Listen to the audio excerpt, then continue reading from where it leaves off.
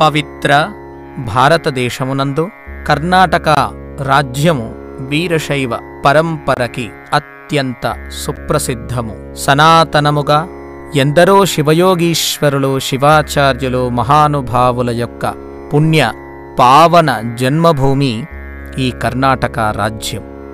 కర్ణాటక రాజ్యంలో బెళగాం జిల్లాలోని ಅಥಣಿ తాలూకా యందు ఉన్న రెడ్డెరహట్టి అనే చిన్న గ్రామమందు శ్రీ వేదమూర్తి రాచయ్యస్వామి, శ్రీమతి గురు సంగమ్మల పవిత్ర గర్భమందు తేదీ 1 జనవరి 1951 సంవత్సరంలో సోమవార పవిత్ర దినమునందు సూర్యోదయ సమయాన ఎలా అయితే కటిక చీకటిని పారద్రోలుతూ సూర్యోదయమవుతుందో అదేవిధంగా అజ్ఞాన చీకటిని తొలగించుటకై, జ్ఞానజ్యోతిని వెలిగించుటకై మహానుభావులు శ్రీ గురు చంద్రశేఖర శివాచార్యుల వారి జననం అయినది.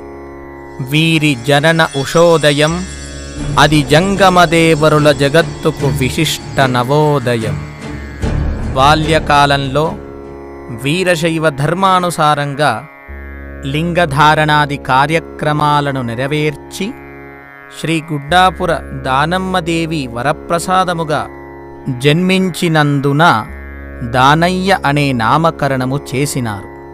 తదనంతరం రెడ్డెరహట్టి గ్రామంలో బాల్య విద్యాభ్యాసమును ముగించుకొనిరి. వారి చాకచక్యతనము, తెలివితేటలు, చురుకుతనం, విద్యాప్రేమను చూసి వారికి విద్యాబోధనను చేసే అధ్యాపకులు మనసారా ప్రేమను చూపేవారు. ఇలా సాగుతూ ఉండగా ఒకరోజు వారి మేనమామగారైన శ్రీశైల దేవస్థాన ప్రప్రథమ ప్రధానర్చకులైన శ్రీ వేదమూర్తి సంగణబసవ స్వాముల వారు ఇంటికి విచ్చేశారు. తన మేనమామను చూసి దానయ్యస్వామివారు ఎంతో ఆప్యాయంగా, ప్రేమతో, గౌరవ భావనతో మామగారిని కూర్చోపెట్టి నమస్కారములు సమర్పించారు.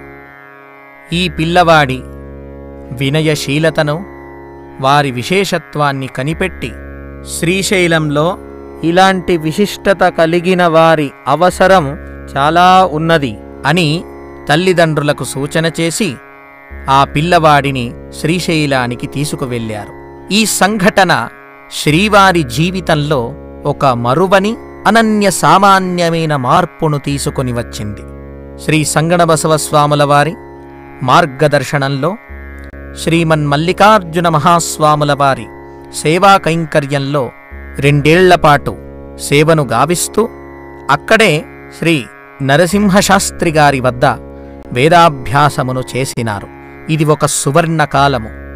అప్పుడే వికసిస్తున్నటువంటి పుష్పము యొక్క సుగంధము దశదిశలా వెదజల్లుతూ అందరినీ ఆనందపరుస్తూ ఉంటుందో అదేవిధంగా ఈ చిన్న బాలకుని సుస్వర సస్వర వేదమంత్రములు లోకాన్ని, లోకులను మంత్రముగ్ధులను చేసినవి.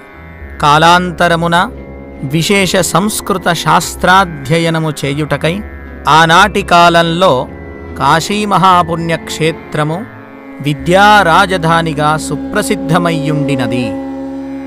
ఏది ఏమైనా తన విద్యాదాహాన్ని తీర్చుకోవటానికి ఆ జ్ఞానగంగా క్షేత్రమే సరి అయినటువంటిది అని దృఢ సంకల్పం చేసుకున్నారు. ఈ విషయాన్ని శ్రీ సంగణబసవ స్వాముల వారితో తెలుపగా వారు దానికి ససేమిరా ఒప్పుకోలేదు. ఖిన్న మనస్కులై ఎంతో దుఃఖపడారు. అయినా తాను అనుకున్న సంకల్పాన్ని నెరవేర్చటానికి ఉదారగుణులైన భక్తులు వీరికి కాశీ పంపగల కార్యమును చేసిపెట్టినారు. ఒక్కోసారి ఉత్కృష్టమైన కార్యములను చేయుటకై అన్నింటినీ, అందరినీ త్యాగము చేయవలసి వస్తుంది. అలా వారు విద్యాదాహమును తీర్చుకొనుటకై సమాజంలో ధర్మశాస్త్ర పరిరక్షణకై తల్లి, తండ్రి, మిత్ర, పరివారము అందరినీ త్యాగం చేసి శ్రీకాశీ మహాపుణ్యక్షేత్రానికి